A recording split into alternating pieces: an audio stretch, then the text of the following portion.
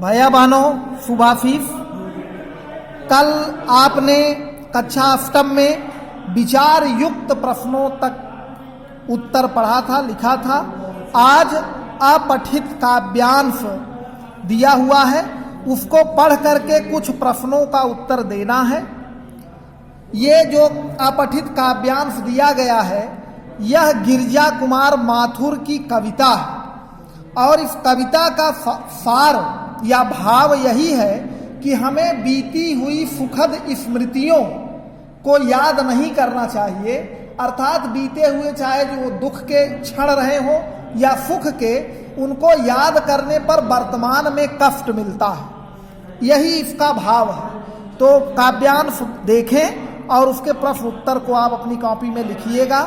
लिखा है, छाया मत छूना मन, होता है दुख दूना मन, जीवन में है सुरंग सुधियाँ सुहावनी, छवियों की चित्र ग्रंथ फैली मन भावनी, तन सुगंध फेफ रही बीत गई यामिनी, कुंतल के फूलों की याद बनी चांदनी, भूली सी एक छुअन बनता हर जीवित क्षण, छाया मत छूना मन, होता है दुख दूना मन। अब इसका पहला प्रश्न है, छाया शब्द का प्रतीकार्थ स्पष्ट कीजिए। तो छाया शब्द का प्रतीकार्थ यह है कि बीते हुए सुखद क्षणों को हमें याद नहीं करना चाहिए। दूसरा है, कवि को अपने जीवन के कौन कौन से क्षण याद आ रहे हैं। कवि को अपने जीवन के सारे सुखद क्षण याद आ रहे हैं। अगला प्रश्न है, तन सुगंध फेफ रही बीत गई यामिनी। पंक्ति का भावार्थ बताएं।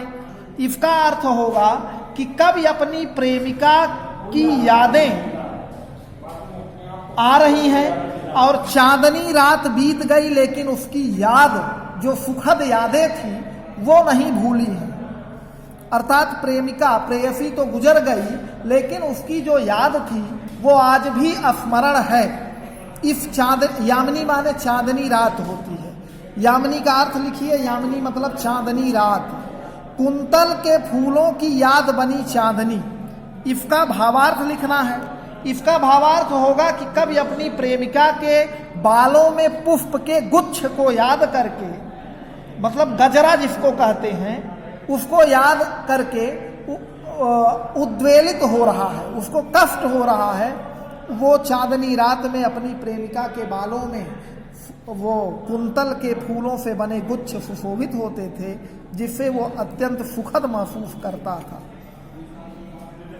दूसरा भी अपठित काव्यांश है, दुविधा हत साहस है, दिखता है पंथ नहीं, देह सुखी हो पर मन के दुख का अंत नहीं, दुख है न चांद खिला शरद रात आने पर, क्या हुआ जो खिला फूल रस बसंत जाने पर, जो न मिला भूल उसे तू कर भविष्य करण, छाया मत छूना मन, होता दुख दूना मन, देह सुखी होने पर भी मन के दुख का अंत नहीं।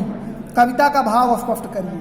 कहने का तात्पर्य यह है कि व्यक्ति को संतुष्ट होना चाहिए, उसे लालच का परित्याग कर देना चाहिए। व्यक्ति छोटा सा भी पा करके, छोटी उपलब्धि पा करके भी यदि संतुष्ट हो जाता है तो फिर वो अपने आप को सुखी महसूस करेगा, और यदि वो अपनी लालच और आवश्यकताओं को बढ़ाएगा मृग त्रिफा की तरह, तो उसे कष्ट ही कष्ट होगा। दुख है न चांद खिला शरद रात आने पर, क्या हुआ जो खिला फूल रस बसंत जाने पर। इन पंक्तियों में कवि यह कहना चाहता है कि कभी कभी मनुष्य को समय रहते उपलब्धियां नहीं मिलती, लेकिन अंत में वह उपलब्धियां प्राप्त होती हैं। जैसे का वर्षा जब कृषि सुखाने, कभी कभी फसलें सूख रही होती हैं, उस समय बारिश नहीं होती, बाद में वर्षा होती है, तो उसका कोई महत्व नहीं रह जाता। वैसे ही जब बसंत ऋतु आने पर फूल नहीं खिलते हैं, तो वो बसंत के ऋतु का कोई महत्व नहीं रह जाता, और बाद में खिलने पर फूल का भी कोई महत्व नहीं रहता। लेकिन कहीं कहीं ऐसा है कि जो चीज़ें हम समय पर चाहते हैं वो नहीं मिलता, लेकिन बाद में मिलता है, तब भी वो हमें आनंद प्रदान करता है।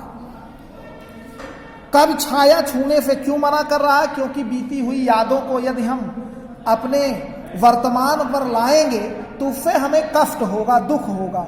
छाया का मतलब होता है बीता हुआ समय, साहस का मतलब होता है निडर होना, पंथ का मतलब होता है रास्ता।